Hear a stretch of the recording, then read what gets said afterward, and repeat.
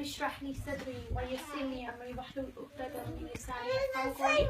Assalamu alaikum. Before we go into the actual topic, I want to reflect on something. I want you all to, if you want to close your eyes, you can close your eyes, it's up to you.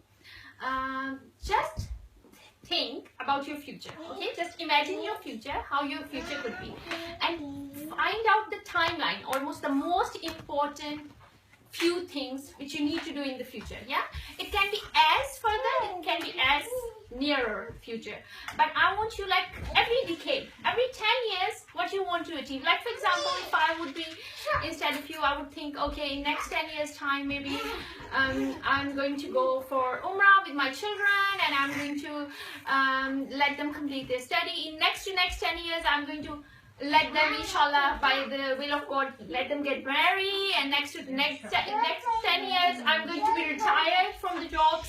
So this is my decade, yeah? So think about how further you can go. Just close your eyes maybe, and just think what you want to achieve. What's your future really look like to you?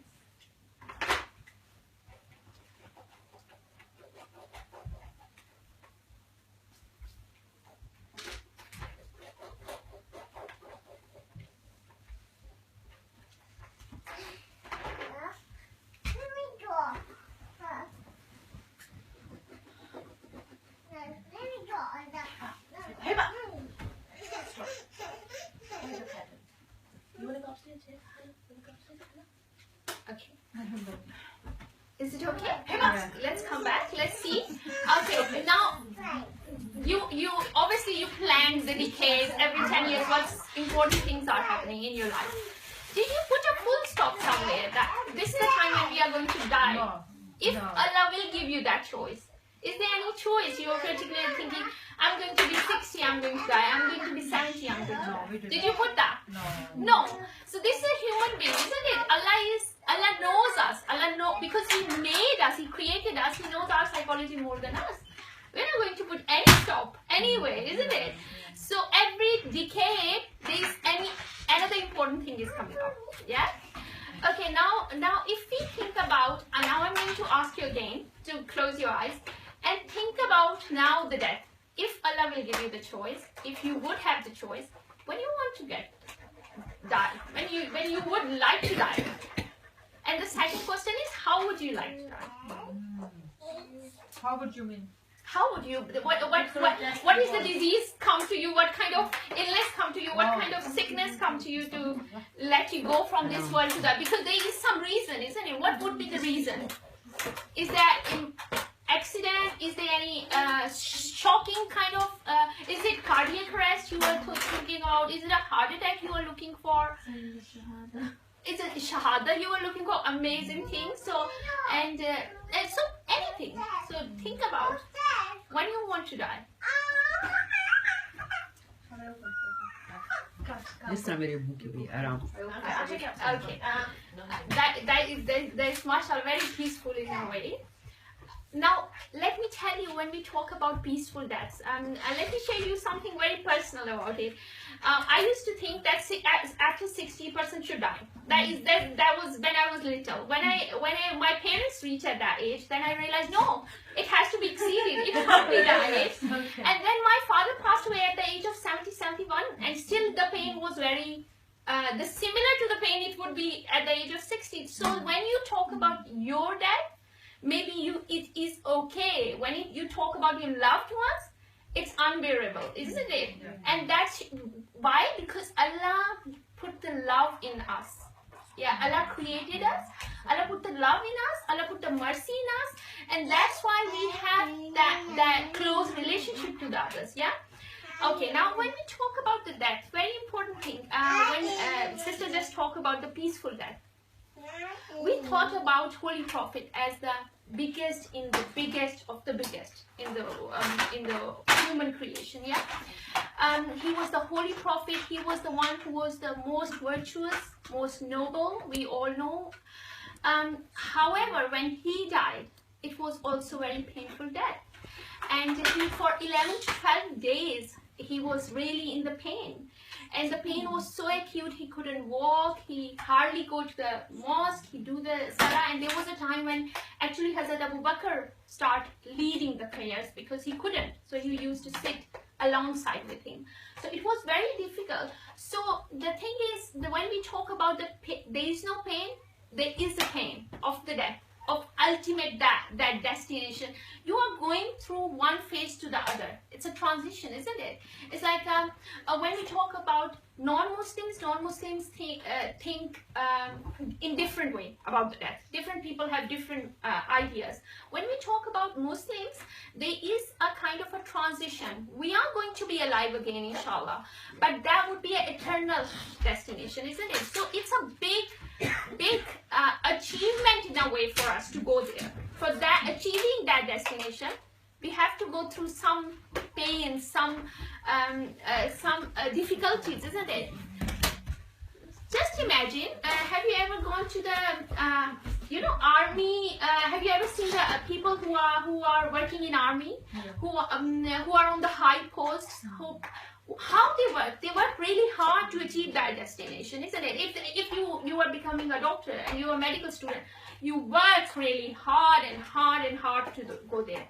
That's how that for us that destination is. So reaching there, opening that door and entering in it, it's not going to be easy. Yeah, even the peaceful deaths, the cardiac arrest, I was researching on that because for us the easiest one would be cardiac arrest, isn't it? That's it, the blood stop. But that itself is when Hazrat Israel comes and how he take it away is difficult. And it's different for everyone, isn't it? And it's not difficult because we don't know. So for everyone it's different. However, the hadith is telling us, and let's talk about hadith. There is a hadith of Imam Abu Dawud, Al-Hakim and Ahmad that Hazrat Muhammad sallallahu alaihi wasallam said, if a believer is about to die, leaving this world for the hereafter, angels from the sky descend on him, having the bright faces. Yeah, so it's a believer. Yeah, and inshallah, hopefully we will be among them. Inshallah, like the sun, and we will pray for that.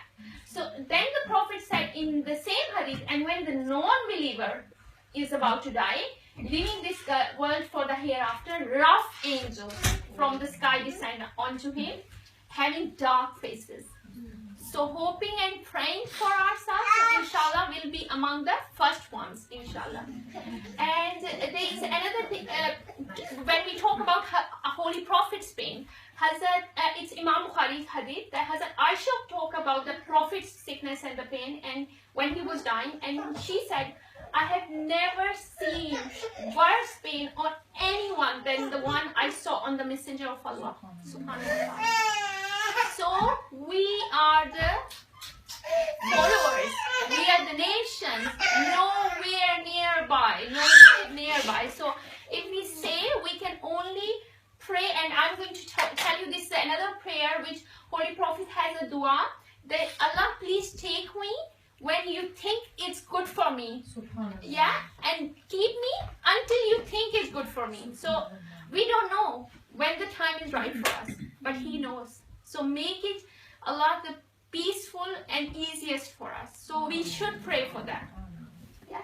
However, it's never been advised to pray for the death. Yeah? Even if we are sick, if we are ill, we shouldn't pray for the death. Allah, please give me now the death. It's too much. Yeah, because that is in Allah's hand. Yeah. Okay, and another hadith is Muslim who is troubled by a calamity, a sickness, or less than that, but Allah will shed his sins like the tree sheds its leaves. When Holy Prophet actually said this hadith, is very interesting. When he was very sick, and Hazrat Aisha was talking about his sickness, and Hazrat Fatima was talking about his sickness, that you are really feeling poorly in the last 10-11 days. He said that look, when a believer is sick, his sins will be shed like the leaves of the tree. And he was the one who we believe, who we know that he never did any sins. So for us, if we go through any sickness, that is also a clarity of our all sins, isn't it? Okay. Yes. Very important thing. Holy Prophet at that time said to the people that don't make my grave as a shrine. So don't come and pray on the name of mine. You shouldn't do it. Yeah. And he at the same time when Holy Prophet was about to die, Hazrat Fatima said about his pain, what great pain my father is in. So that was the pain. Why